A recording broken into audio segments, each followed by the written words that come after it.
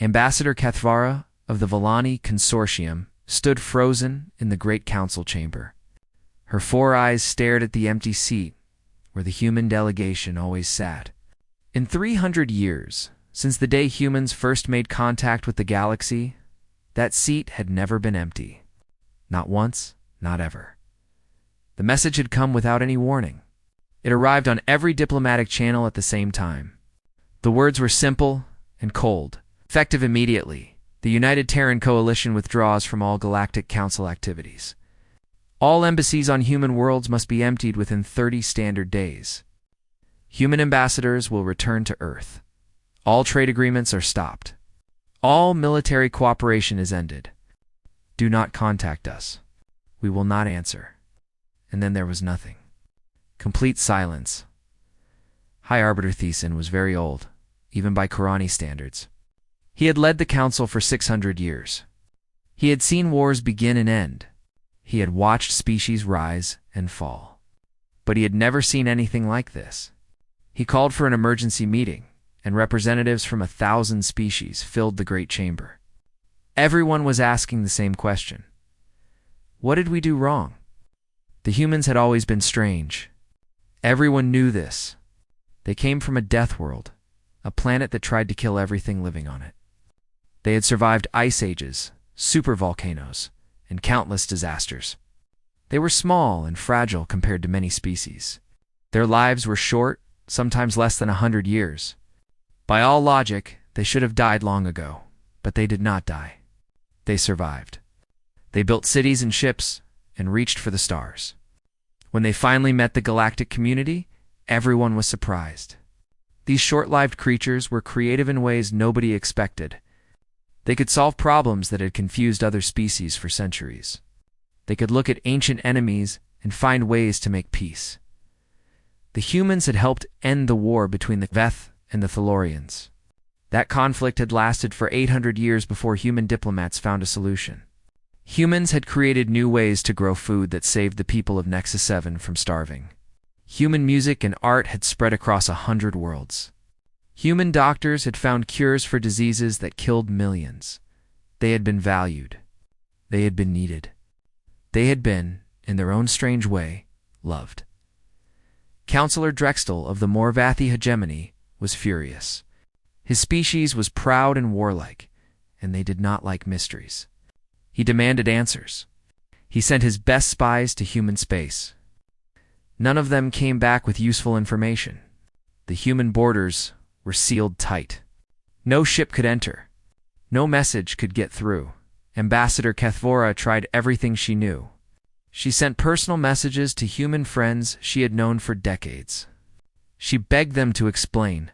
She promised to help fix whatever was wrong. But there was no reply. The silence was complete. High Arbiter Thiessen called meeting after meeting. The council debated for days. Some said the humans were bluffing. They would come back soon, asking for something they wanted. Others said humanity had found something better, perhaps a new alliance with species beyond known space. A few whispered that the humans were preparing for war. Nobody knew the truth. The truth was hidden in ancient archives deep within Qurani space. Ambassador Elena Vasquez of the United Terran Coalition had found it by accident. She had been researching early galactic history for a diplomatic project. She had requested access to old records, documents that had been sealed for 10,000 years. The Qurani librarians had made a mistake. They gave her access to files she was never meant to see. What Elena found changed everything. The documents showed that the Galactic Council had discovered Earth before, long before. 65 million years before humanity existed as a species. Back then, Earth was a different world. Great reptiles ruled the land and sea. They were not intelligent, but they were successful. Life was thriving. The council of that ancient time had watched Earth carefully. They had seen the small mammals hiding in the shadows of the great reptiles. They had run calculations and models. They had predicted what might happen if those mammals were allowed to evolve without competition. The prediction terrified them. The documents showed a vote. 847 species voted in favor. Only 3 voted against. The decision was called preventative action. It would send an asteroid to hit Earth. They would wipe out the dominant life forms, reset the planet's evolutionary clock. The dangerous mammals would surely die in the chaos, but they did not die. The mammals survived. They grew and changed and became human. Alina Vasquez read the documents 3 times. She made copies and hid them carefully. Then she went home to Earth, told the leaders of humanity what she had found. The asteroid that killed the dinosaurs was not natural. It was a weapon. The Galactic Council had tried to kill humanity before humans even existed. The reaction was immediate and unified. Every human government agreed. Every human colony agreed. Every human on every world felt the same cold fire burning in their hearts. They had spent 300 years being the galaxy's helpful friends. They had shared their creativity, their solutions, their art, their medicine. They had trusted species who had once voted to destroy them no more. The withdrawal was not an emotional reaction. It was a calculated decision. Humanity needed time. Time to think. Time to plan. Time to become something the galaxy could never threaten again. On the Karani homeworld, High Arbiter Thiessen received a secret report from his intelligence services. Human shipyards across their territory had gone dark. Energy readings suggested they were running at 800% of their normal capacity. Something was being built. Something big. Thiessen felt fear for the first time in centuries. He had read the ancient histories. He knew what his ancestors had done, and he knew that the humans had probably found out. He called an emergency meeting of the elder species. Those who had been part of the council when the vote happened. Their descendants still held power. Their guilt still needed to be hidden. "We must prepare," Thiessen told them. "The humans know, and they are not coming back as friends." But even Thiessen did not understand what humanity was planning. The humans were not preparing for war, not in the way the council expected. They were preparing for something the galaxy had never seen before. A reckoning. And the council's panic was only just beginning. 3 months passed after humanity went silent. The galaxy continued to turn. Stars burned. Ships flew between worlds, but something felt wrong. Something was missing. It started with small problems. The Volani Consortium had been sending food to 12 worlds in the outer reach. Their agricultural exports fed billions of people. But the distribution system had been designed by humans. Human engineers had made it work 30% faster than anyone thought possible. Now those engineers were gone. The first shipments were late. Then they were very late. Then they stopped coming at all. The machines that sorted and shipped the food began to break down. Nobody knew how to fix them properly. The human technicians had made it look so easy. On Nexus 7. The farming colonies that humans had saved from famine 10 years ago watched their new crops fail. The seeds were human designs, modified to grow in poor soil. But they needed special care that only human agricultural experts understood. Without them, the plants died in the fields. The Nexari Freight Coalition reported losses in the trillions. They had built their entire shipping network around human logistics systems. Every route, every schedule, every loading procedure had been optimized by human minds. Now those systems were falling apart, and the Nexari did not know how to rebuild them. Ambassador Kethvora watched the reports come in day after day. She had not slept properly since the humans left. Her species did not need much sleep, but stress was making her sick. She kept asking herself the same question. How had they become so dependent on one species without noticing? The answer was simple and terrible. Humans had made themselves essential, not through force or threats, but through usefulness. They had solved problems so well that everyone stopped learning how to solve those problems themselves. Worse things were happening beyond trade and food. The Veth and the Thalorians had been at peace for 50 years. Human diplomats had brokered that peace. Human negotiators had kept both sides talking when old hatreds tried to surface. Now those negotiators were gone. The first shots were fired on a disputed moon near the border. Nobody was killed, but the message was clear. Without humans to keep the peace would not last. High Arbiter Thiessen sent delegation after delegation to human space.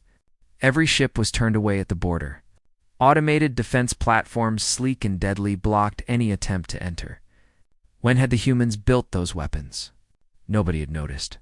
Nobody had been paying attention. On the mining world of Karis 4, a Morvathi engineer named Yalath made a disturbing discovery. He had worked beside humans for 20 years. They had shared meals together. They had celebrated holidays together. He had considered them friends. Now he walked through the empty quarters where the humans had lived. They had left behind their furniture, their equipment, their decorations, but their personal items were gone. Their photographs, their keepsakes, their private files. Everything important had been taken, and certain computer files had been wiped. Not just deleted, but destroyed so completely that even the best recovery technology could not bring them back. Yolith sat in his dead friend's empty room and understood the truth. The humans had not left in anger or surprise. They had planned this. They had known for a long time that this day would come. They had prepared carefully and quietly. And nobody had seen it happening. Inside human space, a transformation was taking place. Ambassador Alina Vasquez stood before the Supreme Assembly of the United Terran Coalition. Every human leader was present. Every colony was watching. The fate of their species would be decided today. Alina showed them the evidence. She displayed the ancient documents on massive screens. She showed the vote count. 847 to 3. She showed the calculations that predicted human evolution. She showed the order to send the asteroid. The chamber was completely silent. They looked at our ancestors, Alina said. Her voice was steady, but fire burned in her eyes. They saw small creatures living in the shadows of dinosaurs. They ran their models and saw what we might become, and they decided to kill us. Not because we had done anything wrong. Not because we were a threat, but because we might become one someday. Admiral Chen Whalin, commander of the Terran Defense Forces, stood next. He was old for a human, nearly 90 years, but his mind was still sharp. He had fought in 3 wars and won them all. For 300 years, he said, we have been their friends, their helpers, their problem solvers. We have given them our creativity, our medicine, our music, our souls. And now we learn that their ancestors tried to wipe us out before we could even speak. He paused and looked at every face in the chamber. Some will say we should forgive. Some will say the current council is not responsible for ancient crimes. But I say this. They hid the truth. For 10,000 years they kept this secret. They smiled at us and shook our hands while knowing what they had done. That is not ancient history. That is ongoing deception. The vote was unanimous. Humanity would withdraw from galactic society. Not forever, but until they were strong enough to return on their own terms. They would not seek revenge, not yet. But they would prepare. Across 1,000 human worlds, the greatest mobilization in Terran history began. Shipyards that had built civilian vessels switched to military production. Scientists who had shared their discoveries freely now worked in secret. Engineers who had helped other species now focused only on human needs. The galaxy had given humanity 300 years of knowledge about how alien civilizations worked, their weaknesses, their fears, their needs. Humanity had paid attention. Humanity had learned. And now humanity would use that knowledge. Back at the council, intelligence reports painted a terrifying picture. Human space had become a black hole of information. Nothing came out. But the energy signatures told a story. Massive construction projects. Power generation increasing by factors of 10. Movement of materials on a scale nobody had seen before. Counselor Drextel demanded action. We should attack now, he growled, while we still can, before they become too strong. High Arbiter Thiessen shook his ancient head. Attack with what? Their borders are sealed. Their defenses are unknown. And if we attack and fail, we will prove everything they believe about us. The council was paralyzed. They could not act. They could only wait and watch and wonder what the humans were building. Inside human space, Lena Vasquez looked at the latest production reports and allowed herself a small smile. The galaxy thought humans were preparing for war. They were wrong. Humans were preparing for something much more powerful. They were preparing for truth. 6 months after humanity disappeared behind their borders. The galaxy began to break apart. The Volani food crisis had spread to 20 worlds. Billions of people faced hunger. The Volani government begged the Council for help, but the Council had no solutions. The humans had been the ones who solved food problems. The Morvathi hegemony saw an opportunity. They were a proud warrior species who believed that strength was the only true law. Their leader, Supreme Commander Vorthok, announced that the hegemony would send peacekeeping forces to Volani space. They would protect the struggling worlds and ensure food reached the hungry. Nobody believed him. Everyone knew the Morathai wanted to conquer the Volani, not help them. But without human diplomats to organize opposition, nobody could stop them. The Morvathi fleet crossed into Volani territory. War seemed certain. High Arbiter Thiessen called emergency meetings every day. The Great Council Chamber, once a place of order and dignity, had become a shouting match. Species blamed each other for the crisis. Old alliances crumbled. Old enemies remembered old hatreds. Everyone kept asking the same question. Who had made the humans leave? Whose fault was this? Then the Nexari made a discovery that changed everything. Voshan was a Nexari archaeologist. Her species loved knowledge more than anything else. They collected information the way other species collected treasure. Voshan had spent her life studying the time before the Council existed. When species fought freely across the stars, she was working on a forgotten moon. Digging through dusty archives that nobody had opened for thousands of years, she was looking for information about ancient trade routes. What she found was something much more important. The file was sealed with Qurani security codes. It should have been impossible to open. But the codes were old, and Voshan was very clever. After 3 days of work, she broke through the protection. Inside was a record of a vote. A council vote from before the current age. The subject of the vote was a primitive species on a remote death world. The species showed alarming adaptability and dangerous social bonding behaviors. The recommendation was preventative extinction. The vote had passed. 847 in favor, 3 against. Voshan stared at the screen for a long time. She understood immediately what this meant. She understood why the humans had left. She understood what the Council had done. She also understood that she could not keep this secret. Within hours, her report was spreading across the galaxy.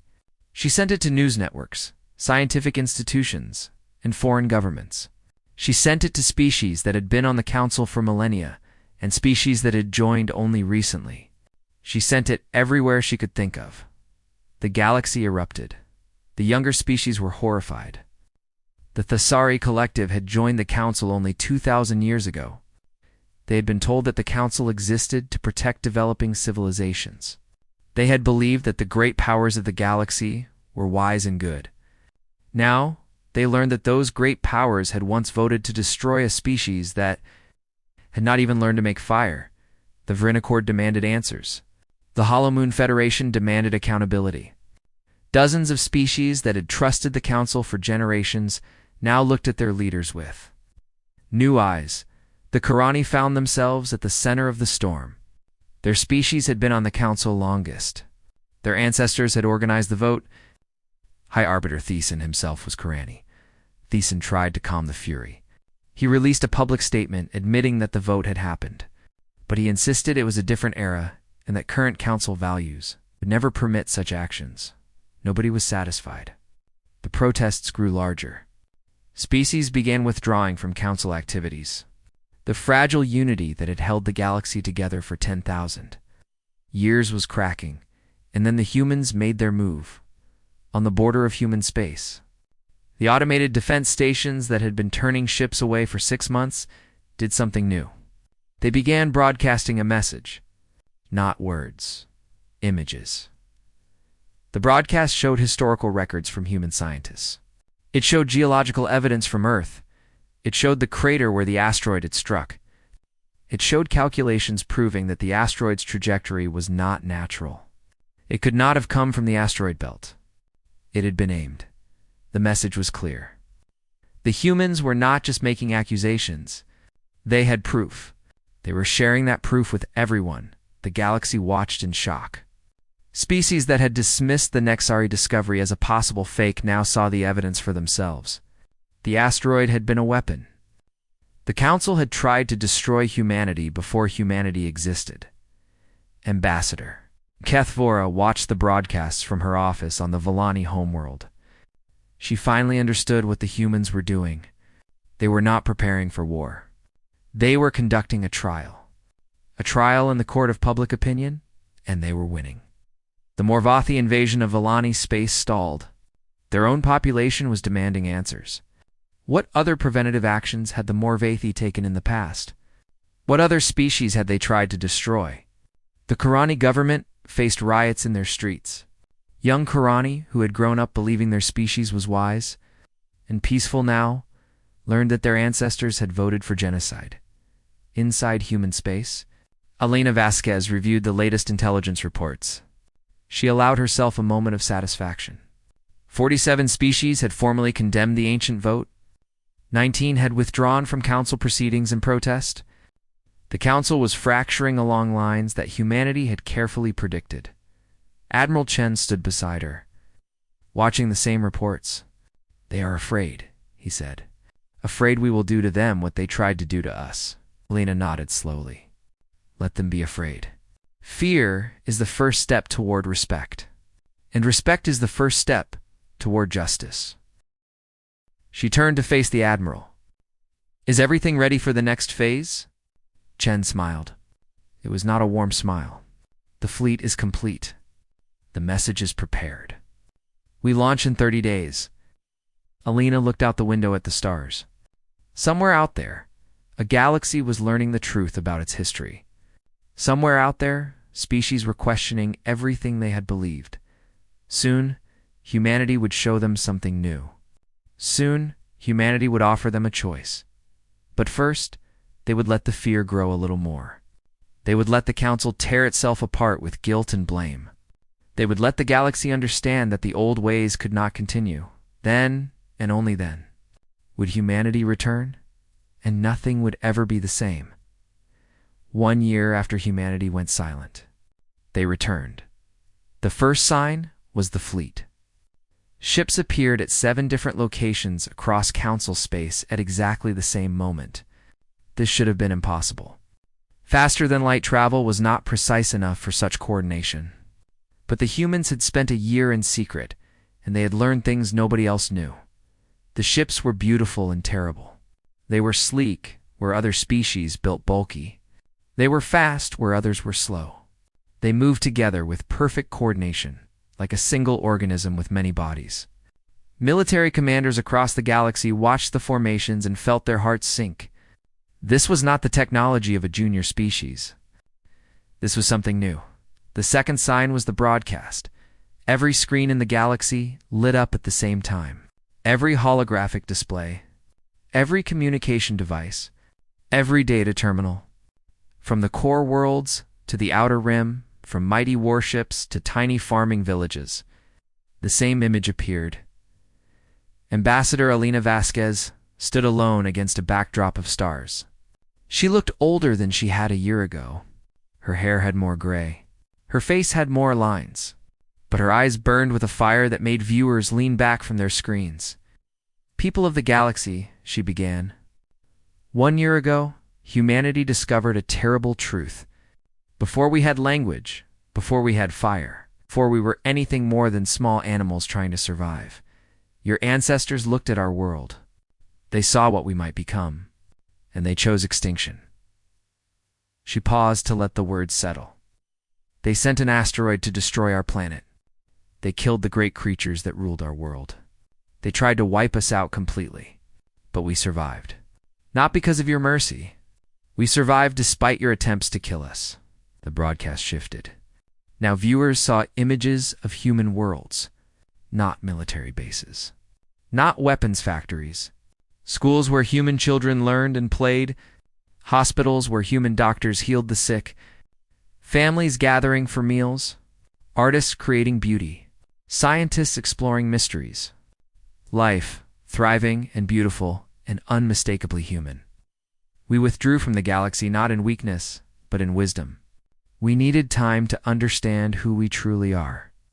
We needed time to understand who you truly are. We needed time to decide what we want our future to be. Elena's image returned to fill the screen. We have decided, she explained what humanity was offering. They called it the New Compact. It would change everything about how the galaxy worked. No more secret votes about destroying young species. Every council decision would be open for all to see. No more rankings based on how old or powerful a species was. Every species would have an equal voice. An independent group would investigate crimes from the past. Those who had done wrong would face justice, even if the wrongs were ancient, and the council would apologize. Not a quiet apology, hidden and forgotten. A formal apology written into permanent records. Every species would learn what had been done. Every generation would remember. Accept these terms, Elena said, and we will return as partners. We will bring everything we have built during our year of silence. New medicines that can heal diseases you thought were incurable. New technologies for growing food.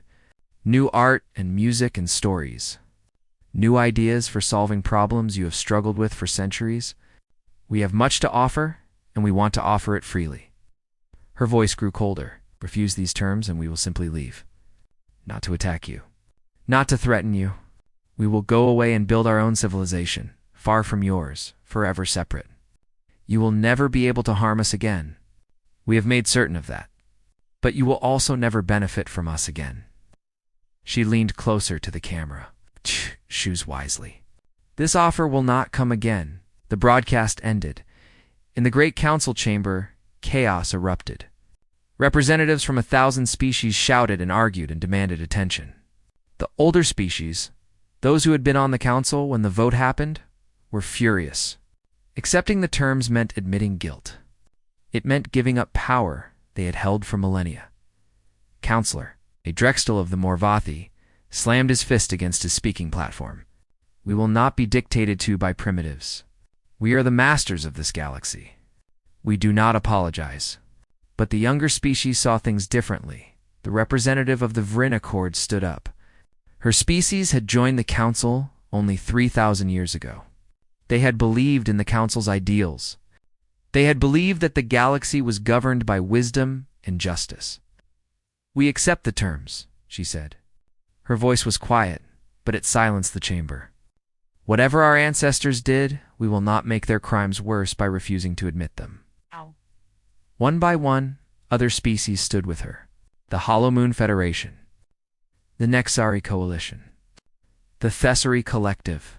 Species that had trusted the council and now demanded that it become worthy of trust. Ambassador Kethvora of the Volani watched the tide turning. She thought of all the human friends she had known over the years. She thought of their kindness, their creativity, their strange and wonderful way of seeing the universe. She thought of how much she had missed them. She stood up. The Volani Consortium accepts the terms. The vote was called. High Arbiter Thesan watched with ancient eyes as species declared their positions. The older powers voted against, but they were outnumbered. The younger species, the ones who had joined the council believing in its promises, now demanded that those promises be kept. The final count was 612 in favor, 231 against. The new compact was approved. Thesan lowered his head. His species had led the council for 10,000 years. Now that leadership was ending, the Coroni would have to answer for what their ancestors had done. They would have to face the truth they had hidden for so long. But as he looked at the voting results, Thesan felt something unexpected. Relief. The weight of that ancient secret had been crushing his people for millennia. Now, finally, it would be lifted across human space. Celebrations began. Not wild celebrations. Not triumphant cheering. Quiet satisfaction. They had done something that no species in galactic history had ever accomplished. They had forced the mighty council to change, to admit wrong, to become better, and they had done it without firing a single shot. Admiral Chen stood beside Elena Vasquez as they watched the vote results come in. They accepted, he said. I was not sure they would. Elena nodded slowly. They had no choice. We showed them what they could lose. We showed them what they could gain. We let them make the decision themselves. She turned to face her old friend. Now the hard work begins. We have to help them build something new, something worthy of the galaxy we want to live in. Chen raised an eyebrow. After what they did to us? After what they tried to do? Yes, Elena said, because that is who we are. We survived extinction. We refused revenge. And we will help build a better future, even for those who once tried to destroy us. She looked out at the stars. That is the human way. That is what makes us different. That is what makes us strong. The fleet held position at the 7 points around Council space. They had come ready for war. Instead, they would escort ambassadors. They would protect merchants. They would help enforce a peace that nobody had thought possible. Humanity had returned. And the galaxy would never be the same. The ceremony took place on a space station, built between human territory and Council space. Both sides had designed it together. Human engineers and alien architects had worked side by side for 3 months. The station was a symbol of what they hoped to build. Something new. Something shared. Representatives from more than 800 species gathered in the Great Hall. Some were ancient powers who had ruled the stars for millions of years. Others were young species who had only recently left their home worlds. All of them had come to witness history. High Arbiter Thiessen walked slowly to the speaking platform. He was old, even by the standards of his long-lived species. His scales had faded from bright gold to pale yellow. His movements were stiff with age, but his voice was still strong. "I speak today for the Galactic Council," he began. "I speak for the species who built this alliance 10,000 years ago. I speak for the ancestors who made decisions that we must now answer for." The chamber was completely silent. Every eye was fixed on the ancient Korani. "On behalf of the Galactic Council, past and present, I acknowledge the crime committed against humanity. 65 million years ago, our ancestors discovered a young world called Earth. They saw small creatures, struggling to survive in the shadow of great reptiles. They predicted what those creatures might become." Thiessen paused. When he spoke again, his voice was heavy with shame. They were afraid. Fear made them cruel. They chose to destroy rather than trust. They sent an asteroid to end a story before it could begin. He turned to face the human delegation led by Ambassador Elena Vasquez. They failed. Humanity survived. Humanity grew. Humanity reached the stars that should have been denied to them. Humanity became not the monsters our ancestors feared, but partners, friends, healers, creators. They gave us their music, their medicine, their creativity, their souls. Thiessen bowed his ancient head. "Humanity, we are sorry. Not just for the ancient act, but for the 10,000 years we hid it. For the 3 centuries we pretended friendship while burying our guilt. You deserved the truth. You deserved honesty. You deserved better than what we gave you." The words entered the permanent record. They were transmitted to every world in the galaxy. They would be taught in schools for generations. A reminder that even ancient civilizations could be wrong, that admitting wrong was the first step to becoming right. Elena Vasquez stepped forward. The eyes of the galaxy were upon her. In this moment, she spoke for all humanity. For everyone who had lived and died on Earth. For everyone who had survived extinction without knowing it. For everyone who would come after. "We do not forgive," she said simply. "Forgiveness is not ours to give. The victims died millions of years before any of us were born. We cannot speak for them." Chamber stirred. Some of the alien representatives looked worried. "But we accept," Elena continued. "We accept that the galaxy is trying to change. We accept that you are trying to become better. We accept our place, not as humanity survivors, not as humanity victims, but as humanity partners." She stepped forward and extended her hand to Thiessen. The old Korani hesitated only a moment before taking it.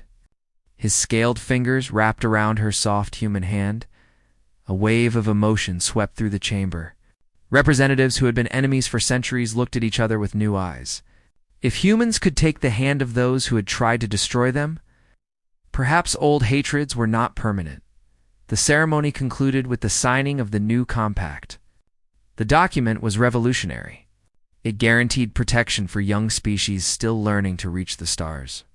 It required transparency in all council decisions. It created systems to investigate crimes and ensure justice. It established equality between species. Regardless of age or power, the galaxy would never be the same. In the months that followed, human innovations flowed back into galactic society. New medical treatments extended lifespans across dozens of species. Agricultural techniques ended famines on 17 worlds.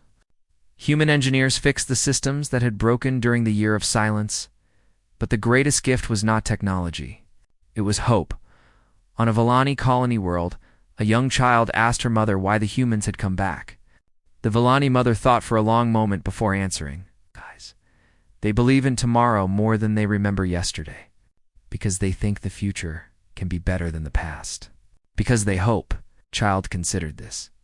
Is hope strong? Her mother smiled. Hope is the strongest thing in the universe. On Earth, Elena Vasquez retired from diplomatic service.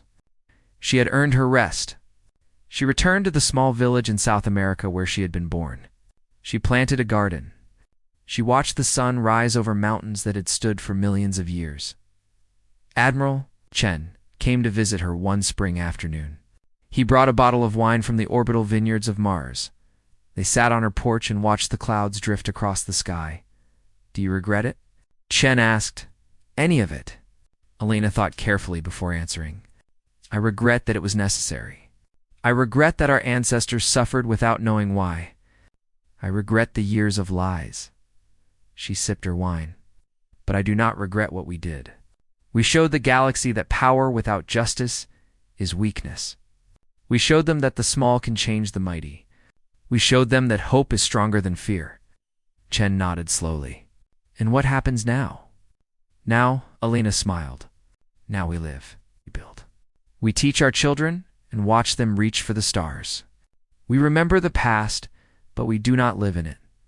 We create a future worthy of those who died 65 million years ago, even though they never knew we would exist. High above, the stars burned on. Ancient light from ancient fires, crossing the vast emptiness of space. Among those stars, humans and aliens worked side by side. They argued sometimes. They disagreed often, but they never forgot what they had almost lost. On the station between the borders, a monument stood in the central plaza. It showed a human hand reaching toward an alien hand, fingers almost touching. Below it, words were carved in 100 languages. We survived. We returned. We built something new together. The story was not over.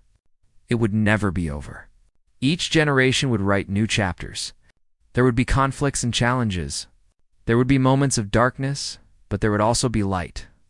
The light that humans had carried from their caves to the stars. The light that had refused to be extinguished, not by ice ages, not by volcanoes, not by asteroids sent to destroy them.